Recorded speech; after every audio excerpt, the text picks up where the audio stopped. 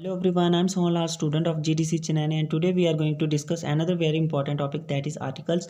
So it's a very important topic and I hope you will understand this. And if you understand this topic, please like, comment and share and subscribe my channel. Thank you. So let's start this topic. सबसे पहले हम article के बारे में जानते हैं कि ये कितने प्रकार के होते हैं। ये मेनली 2 टाइप्स के होते हैं। पहला है डेफिनेट आर्टिकल, जिसको हम द या दी कहते हैं, और दूसरा है हमारा इनडेफिनेट आर्टिकल, जिसको हम अ और एन कहते हैं। तो पहला डेफिनेट आर्टिकल क्या होता है? It generally point out a particular person, place और थिंग।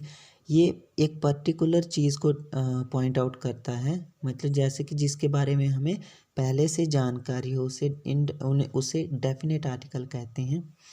दूसरा है indefinite article. It generally doesn't point out any particular person, place और थिंग।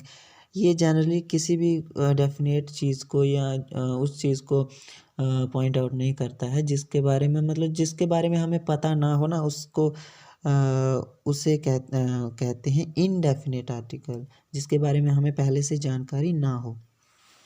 अब जैसे एग्जांपल है कि आप अपने पापा से कहते हैं कि पापा, दरवाजे पे कोई लड़का आया है, तो मतलब आपसे बात करना चाहता है। तो इसमें है ना कि कोई लड़का आया है, मतलब आप उसको नहीं जानते हो, ठीक है ना। तो आपने अपने पापा को बताया कि कोई लड़का आया है या एक लड़का आया है, मीन्स आप उसके बारे में नहीं जानते हो। उसी तरह एक और एग्जांपल है जैसे डेफिनेट आर्टिकल की, कि पापा मतलब आपके पापा ने बताया कि अभी थोड़ी देर बाद एक लड़का आएगा, और वो जब वो आए तो मुझे बता देना, ठीक है ना। आपके पापा ने मतलब आपको बता दिया। तो अब वो लड़का आ गया, तो अब आप अपने पापा से कहोगे कि पापा, वो लड़का आ गया जिसके बारे में मतलब आपने मुझे बोलने के लिए कहा था, तो वो लड़का आ गया, तो आपसे बात करना चाहता है। तो वो जो लड़का आया, ठीक है ना, तो अब आपके पापा ने तो पहले आपको बता दिया था, उसके बारे में इंफॉर्मेशन दे दी थी। तो आपने कहा वो लड़का, ठीक है ना। जो वो लड़का यूज़ हुआ ना, उसके साथ लगेगा द, मीन्स जिसके बारे में आप पहले से जानते हो। और जिसके बारे में आप पहले से नहीं जानते थे कि कोई एक लड़का आया है या कोई लड़का आया है, मीन्स उसके साथ अ लगेगा, ठीक है। जैसे कि ये एग्जांपल है, this is the book I was talking about, कि ये वो किताब थी जिसके बारे में मैं बात कर रहा था। ये वो किताब थी, वो किताब मतलब जिसके बारे में आप पहले से बात कर रहे हो, मतलब आप उसके बारे में कुछ जानते हो, पहले से आपको जानकारी है। दूसरी एग्जांपल है, दिस इज़ अ बुक, ये एक किताब है, मीन्स कोई भी एक किताब हो सकती है जिसके बारे में आप पहले से नहीं जानते हो। कोई भी एक इनडेफिनेट चीज़ है जिसके बारे में आपको पता नहीं है, ठीक है ना। तो इसके साथ अ लगेगा। अब हम ए का कहाँ यूज़ करेंगे और एन का कहाँ? देखिए, इंग्लिश में जो वॉवल्स हैं वो 5 हैं, ए, ई, आई, ओ, यू, और बाकी के जो बचे हैं 21, वो कॉन्सोनेंट्स हैं, ये मैंने लिखे हैं, ठीक है।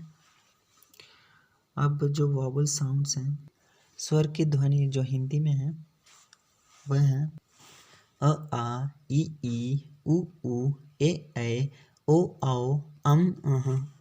ये वॉवल साउंड थी। अब बाकी के जो बचते हैं वो है कॉन्सोनेंट साउंड, जैसे क, ख, ग, घ, न, ऐसे ऐसे जितने भी हैं ये कॉन्सोनेंट। एन का यूज़ किसके साथ होगा? If the next word starts with the vowel sound.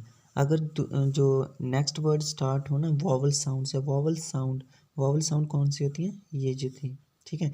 इनके साथ अगर स्टार्ट हो तो वहाँ पे एन लगेगा। और एक इसके साथ लगेगा, if the next word start with a consonant sound.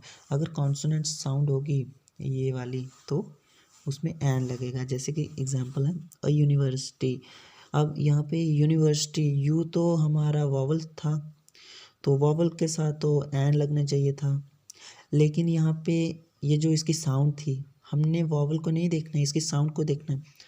इसकी साउंड स्टार्ट हो रही थी यूनिवर्सिटी, य से। तो ये जो य है ये कॉन्सोनेंट साउंड है, तो कॉन्सोनेंट साउंड के साथ हमेशा ए लगता है, मतलब अ लगता है, ठीक है। तो अ यूनिवर्सिटी, ठीक है, इसलिए यहाँ पे यूनिवर्सिटी के साथ अ यूज़ किया हमने। अब जैसे कि दूसरी एग्जांपल है एन आवर। अब यहाँ पे आवर के साथ एन क्यों लगाया? यहाँ पे तो हमारा कॉन्सोनेंट आ रहा था स्टार्टिंग में, ठीक है ना, क्योंकि नेक्स्ट वर्ड स्टार्ट हो रहा है एच से, तो एच तो हमारा कॉन्सोनेंट होता है। तो इसके साथ हमने एन कैसे लगाया? तो ये कॉन्सेप्ट है कि हमने इसकी वॉवल्स को नहीं देखना है बल्कि वॉवल साउंड को देखना है। तो वॉवल साउंड जो है इसकी वो हावर नहीं आवर होता है, आवर। तो इसमें जो वॉवल साउंड आ रही है आ की आ रही है, ठीक है। इसलिए हमने इसके साथ एन यूज़ किया क्योंकि वॉवल जो साउंड होती है, ठीक है ना, ये वॉवल साउंड जो हैं उनके साथ हमारा हमेशा एन लगेगा। जैसे कि कुछ और एग्जांपल्स हैं, जैसे कि अ बॉय, अब बॉय के साथ क्यों लगा है, क्योंकि ये जो बॉय है ब साउंड कॉन्सोनेंट साउंड आ रही है, इसलिए। अ पेन, जो प है वो भी कॉन्सोनेंट साउंड है। एंड ऑनेस्ट, ये जो वॉवल साउंड आ रही है ऑनेस्ट अ की, ठीक है। एन ईयर, वॉवल साउंड है ई की। अ ईयर, ये ईयर नहीं ईयर है, य की साउंड आ रही है consonant sound. N M L A के साथ एन क्यों लगा, क्योंकि एम जो है वो तो हमारा कॉन्सोनेंट है, लेकिन जो साउंड है इसकी एम ए साउंड आ रही है ना, इसलिए इसके साथ एन लगा। अ यूनियन, यू तो हमारा वॉवल था, लेकिन इसकी साउंड जो है वो य की निकल रही है, इसलिए इसके साथ अ यूज़ हुआ। एंड ऑरेंज, तो अ जो है ये ऑरेंज अ साउंड आ रही है, इसलिए इसके साथ एन यूज़ हुआ। अब जो एक नया कॉन्सेप्ट है हमारा कि द किसके साथ प्रोनाउंस किया जाएगा और दी किसके साथ प्रोनाउंस किया जाएगा, कहाँ पे हम द कहेंगे, कहाँ पे हम दी कहेंगे। तो ये भी सिंपल कॉन्सेप्ट है, जैसे कि वॉवल्स और कॉन्सोनेंट ए और एन के साथ था।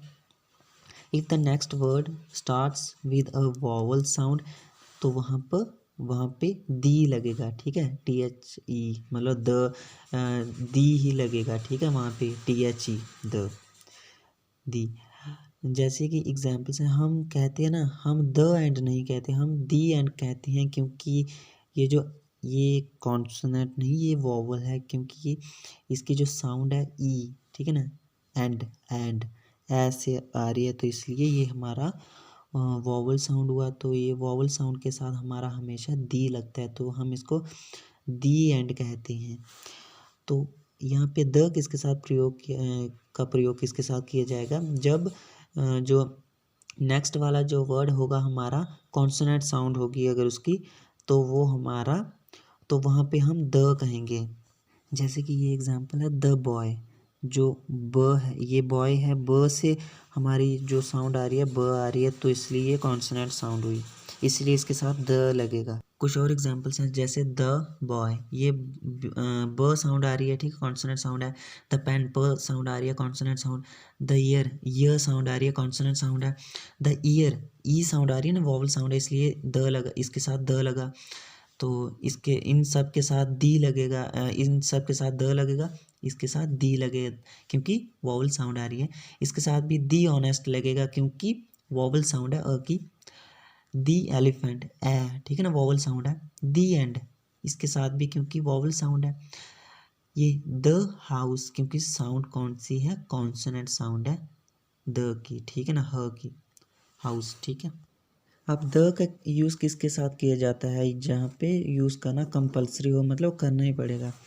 जैसे कि यूनिक पीपल्स, ऑब्जेक्ट्स, या इनके साथ मतलब जो केवल एक हों, जैसे कि sun, the earth, the moon, the president, the CEO, the world, the sky, ये सिर्फ मतलब एक हों, उनके साथ द का प्रयोग किया जाता है। दूसरा है with adjective referring to whole group of people, उन एडजेक्टिव के साथ जो कि एक ग्रुप को शो कर रहे हों, जैसे कि the old, the young, the poor, the rich.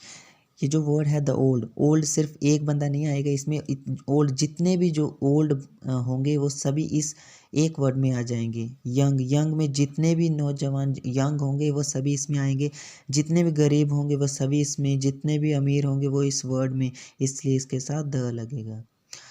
तीसरा यूज़ है इसका with famous buildings, museums and mountains के साथ, मॉन्यूमेंट्स के साथ, जैसे कि the Taj Mahal, the Qutub Minar, the Lal Qila, the Eiffel Tower, the globe.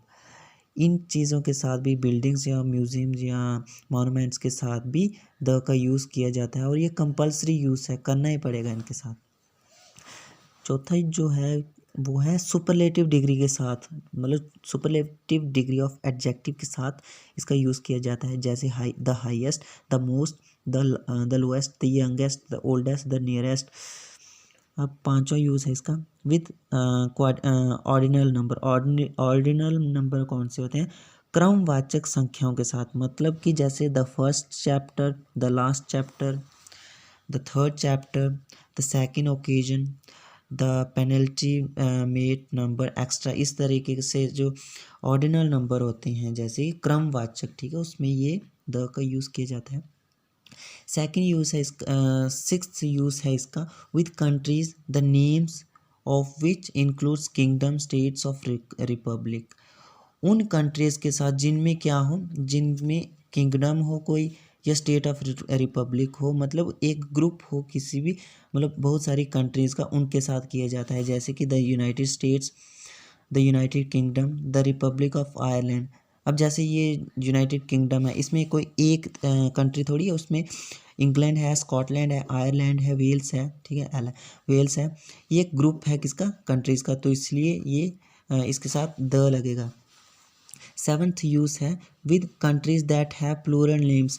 वो उन कंट्रीज़ के साथ जिनका जो नेम होता है प्लूरल हो, जैसे कि नीदरलैंड्स, द फिलीपाइंस, एस लगा है ना, तो प्लूरल है, इसलिए इनके साथ द लगेगा।